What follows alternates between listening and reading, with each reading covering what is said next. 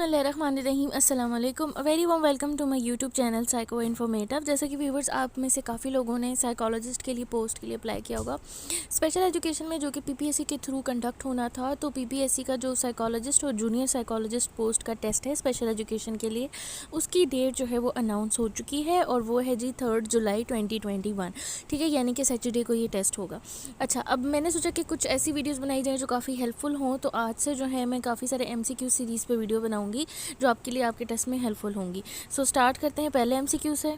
हमारा first MCQ है कि why study historical foundation of psychology, यानी कि जी हिस्टोरिकली साइकोलॉजी को किस फाउंडेशंस की बुनियाद पर स्टडी करना शुरू किया गया था। तो इसका सबसे बेटर ऑप्शन जो है वो ये है to better understand the current beliefs. ठीक है, जो करंट बिलीव्स है, जाहिर बात है वो पुराने अजम्पशन से ड्राइव होके आए हैं। और इसके अलावा जी इनके अंडरलाइंग अजम्पशंस को जो है वो वेरीफाई करने के लिए, यानी कि माइंड बॉडी और इन सारे के बारे में, जो भी सोल माइंड बॉडी, ये सारी जो कंट्रोवर्सीज थी, इनको हल करने के लिए जो है साइकोलॉजी को मतलब कि प्रेजेंट किया गया और इस्टेब्लिश किया गया। नेक्स्ट क्वेश्चन है who conducted the first psychological experiment. इसमें जी आपको डिफरेंट बुक्स में डिफरेंट आंसर मिलेगा। ठीक है, लेकिन जहाँ से मैंने ये लिखा है तो वहाँ पर था जी किंग पेसमेटिक ऑफ इजिप्ट। ठीक है, इन्होंने फर्स्ट जो है एक्सपेरिमेंट कंडक्ट किया था। नेक्स्ट हमारा question, refination was used 7100 years ago. तो रेफिनेशन जो थी वो एक टेक्निक थी जिसके ज़रिए जो था वो मतलब कि डिफरेंट किस्म के जो मेंटल डिसऑर्डर थे उनको ट्रीट किया जाता था। इससे क्या होता था कि इस दिमाग में सुराख करके जो है वो डोपामिन को रिलीज़ करवाया जाता था। इसके अलावा जी ब्लड प्रेशर या फिर इम्बैलेंस बॉडी हार्मोन्स और जो हार्मर्स थे, बताया था हमें उसने, हिपोक्रेट्स ने 3 ह्यूमर्स होते हैं इंसान के अंदर, तो उनके इम्बैलेंस की वजह से जो होता है ना वो आती है हमारे अंदर मेंटल डिस्टेबिलिटी आती है। तो इन सारों को ट्रेफिनेशन जो है वो इन सारों को ट्रीट करने के लिए यूज़ किया जाता था। तो हम ऑल अबव पे लगाएंगे।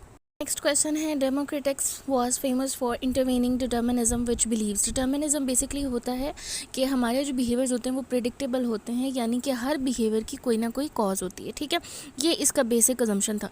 तो अब इसमें से सारी बातें जो है वो आप पढ़ेंगे तो आपको पता चल जाएगा ये सारी चीज़ें जो हैं मतलब कि वो समहाउ किसी कॉज की वजह से।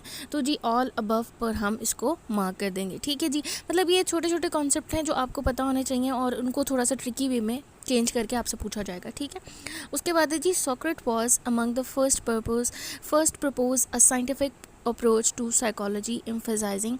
मतलब कि सोक्रेट्स वो पहला बंदा था जिसने जी साइकोलॉजी को सबसे पहले साइंटिफिक अप्रोच दी थी। ठीक है, इसने रीजंस के ऊपर बात जी, इन्होंने जो है इंट्रोस्पेक्शन को जो है वो रिजेक्ट किया था और ड्यूअलिज्म भी दिया था। इसके अलावा इन्होंने जो है वो एम्पिरिसिज्म और ऑब्जर्वेशनल बिहेवियर्स, ऑब्जर्वेशनल स्टडीज़ को जो है वो प्रमोट किया था। तो ऑल अबव को हम टिक करेंगे। उसके बाद हमारा नेक्स्ट क्वेश्चन है which one of the following is false, यानी कि कौन सी ऐसी चीज़ है जो फॉल्स है। तो इसमें से जो फॉल्स स्टेटमेंट है वो ये है कि psyche work as a whole. कभी भी साइकोलॉजी की हिस्ट्री में ये बात नहीं हुई कि हमारी जो साइकी होती है वो एज अ होल काम करती है। ठीक है, हमेशा जो है वो माइंड एंड बॉडी या माइंड एंड सोल दोनों की बात हुई है। अच्छा जी, अगला क्वेश्चन है Aristotle was a student of Plato's who believe. Aristotle जो था वो प्लोटो का स्टूडेंट था जो कि बिलीव करता था कि your soul is inextricably link to your body. ठीक है, उसने ये बात कही थी। ठीक है, उसके बाद क्योंकि उसने ड्यूअलिज्म का ऑप्शन दिया था, उसने ये नहीं कहा था कि दोनों जो है वो सेम है। उसके बाद psyche is an independent with the body, ये भी उसने कहा था। You can only know reality by conducting experiment. ठीक है, और इम्प्रेसिस्ट भी ये काम करता था। ठीक है, और अपोज डेमोक्रेटिक्स व्यू, डेमोक्रेटिक्स का व्यू क्या था, डिटर्मिनिज्म। ठीक है, और ऑल अबव। तो ये सारे जो हैं ये इनकी कंट्रीब्यूशन है, या आप कह सकते हैं कि ये इन सारी चीज़ों पर बिलीव करता था सोक्रेट। ठीक है, एरिस्टोटल। ठीक है जी, उसके बाद चलते हैं हमारे अगले सवाल की तरफ। हमारा अगला सवाल, कॉर्डियोसेंट्रिस्ट कौन थे जी। अच्छा, अब इसमें ये जो सारे ऑप्शन है ये सारे थे। इजिप्शियंस का बिलीव था कि जो दिल है उसको ट्रीट किया जा सकता है उसके बाद, मौत के बाद। एरिस्टोटल कहता था कि हमारा जो दिल है वो हमारा इंटेलेक्ट को डील करता है। और जो है believe that we think our heart, यानी कि लोग ये भी समझते थे कि हम दिल से सोचते हैं। तो ये ऑल अबव जो थे वो कार्डियोसेंट्रिस्टिक्स के क्या थे, thought of believe, school of thought था। ठीक है, अच्छा कार्डियो से आपको रिलेटेड पता चल जाएगा कि ये दिल के मामले में जो बात हो रही है। ठीक है, उसके बाद चलते हैं नेक्स्ट क्वेश्चन पे। अच्छा जी, अगला सवाल है कि what did Eysenck find in his study of therapy effectiveness. Improvement was actually better without therapy than with either Freudian और इलेक्ट्रिक थेरेपी। ठीक है, उसने ये बात को फाइंड किया था। उसके बाद हमारा अगला सवाल है which of the following is true about the Neisser's book cognitive psychology. The title of the book give the movement toward increase study of cognitive variable are name. ठीक है, अच्छा यानी कि इसकी बुक जो है वो इंसान को मोटिवेट करती है कि हम कॉग्निटिव साइकोलॉजी की तरफ मूव करें, उसको पढ़ें। ठीक है, नेक्स्ट है which of the following is inappropriately paired, यानी कि ये बताया गया। अच्छा, अब इसमें है साइंटिस्ट के नाम है और उनके आगे काम है, ठीक है। तो बिंगम जो है इन्होंने फॉरेंसिक साइकोलॉजी में कोई कंट्रीब्यूशन नहीं की, तो ये जो है इनकरेक्ट पेयर है। अगला सवाल है जी, concerning the 5 phenomena with which of the following statement would वेदर मीन एग्री, ठीक है। वेदर मीन ने ये कॉन्सेप्ट दिया था 5 फिनोमेना का, ये गेस्टाल्ट साइकोलॉजी का क्वेश्चन है, ठीक है। तो उन्होंने कहा था the phenomena can not be analysed into the constituted elements. हमें ये बात बताया है कि गेस्टाल्ट साइकोलॉजी वाले जो लोग थे स्कूल ऑफ थॉट के, वो बिलीव करते थे एज अ होल पर, ईदर पार्ट्स के, ठीक है। तो इसका जो है वो फर्स्ट ऑप्शन जो है वो करेक्ट ऑप्शन है, ठीक है जी। उसके बाद चलते हैं अगले सवाल की तरफ। हमारा अगला सवाल है which of the following is not describe as a trend in modern psychology. तो इसमें जो है वो लास्ट वाला है, an increase rejection of the importance of genetic influence. यदि किसी भी मेंटल डिसऑर्डर को या किसी भी मेंटल स्टेट को स्टडी करने से पहले हमें उसकी जेनेटिक्स के बारे में, जिससे मैंने एक वीडियो बनाई थी बायोजेनेटिक्स के ऊपर, ठीक है। तो ये जो है बहुत ज़्यादा अब जोर पकड़ता जा रहा है साइकोलॉजी में, ठीक है, यानी कि ये साइकोलॉजी में बहुत ज़्यादा इमर्जिंग फील्ड होता जा रहा है। तो ये चीज़ भी है कि साइकोलॉजी में जेनेटिक्स को हम निगलेक्ट नहीं कर सकते।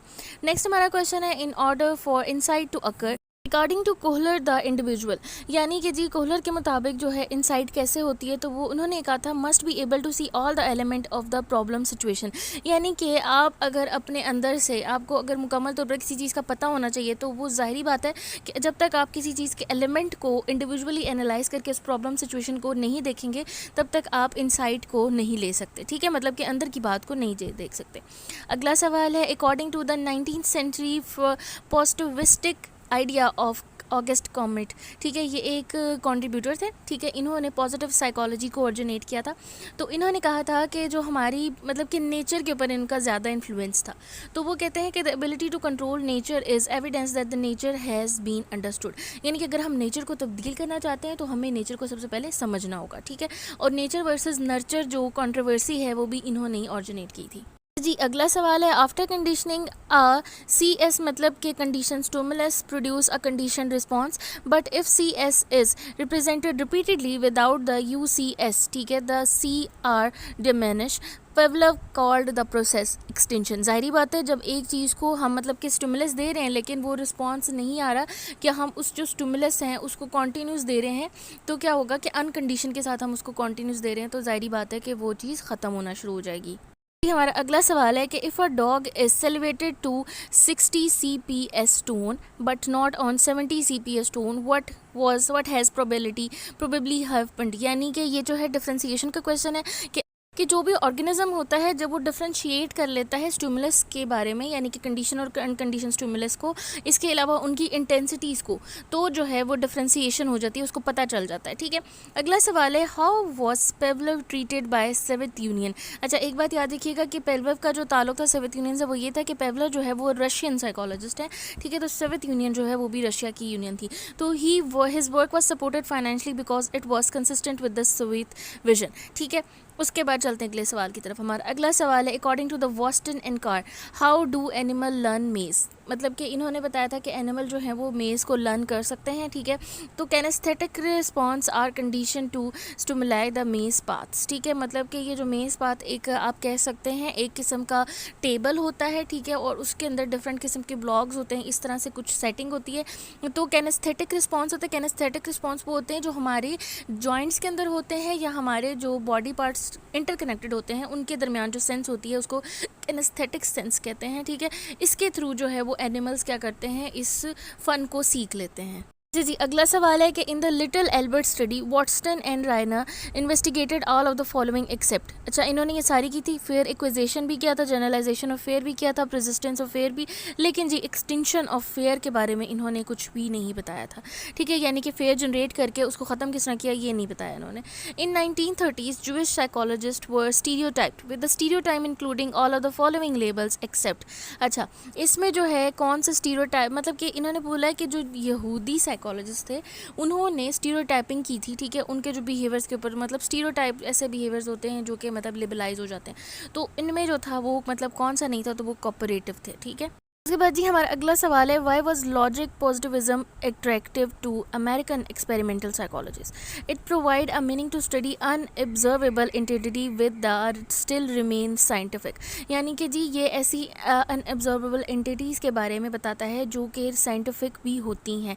ठीक है, अच्छा अगले सवाल की तरफ चलते हैं। उसके बाद जी हमारा अगला सवाल है, which of the following in appropriately paired. तो यहाँ पर जो है स्किनर ने हमें दिया था ऑपरेंट कंडीशनिंग के बारे में, तो उन्होंने इंटरवेनिंग वेरिएबल्स के बारे में कोई बात नहीं की थी। ठीक है, तो ये हमारा करेक्ट ऑप्शन है।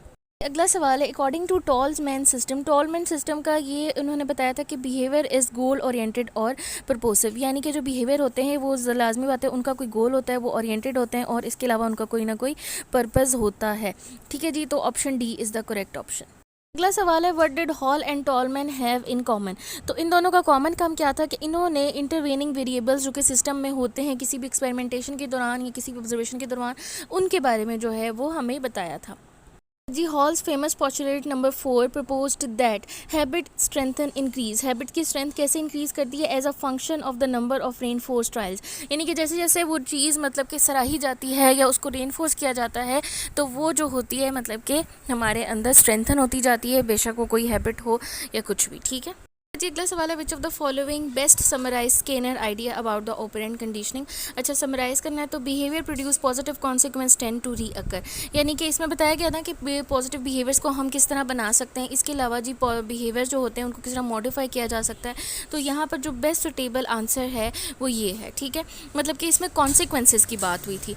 उसके बाद हमारा अगला सवाल है कि according to the traditional psycho analytical view of hysteria, the main problem of hysteric is that they are being influenced by the repressed memory of some earlier traumatic events. Hysteria इसलिए होता है कि हमारे कुछ ट्रॉमेटिक इवेंट्स होते हैं जो हमारे मतलब कि माइंड मेंटल उसमें कॉन्शियसनेस में जाके अनकॉन्शियसनेस में जाके सप्रेस्ड हो जाते हैं और बाद में जाकर वो एज अ हिस्टेरिया सामने आते हैं। ठीक है, अगला सवाल है, what did Freud believe to be true about dreams.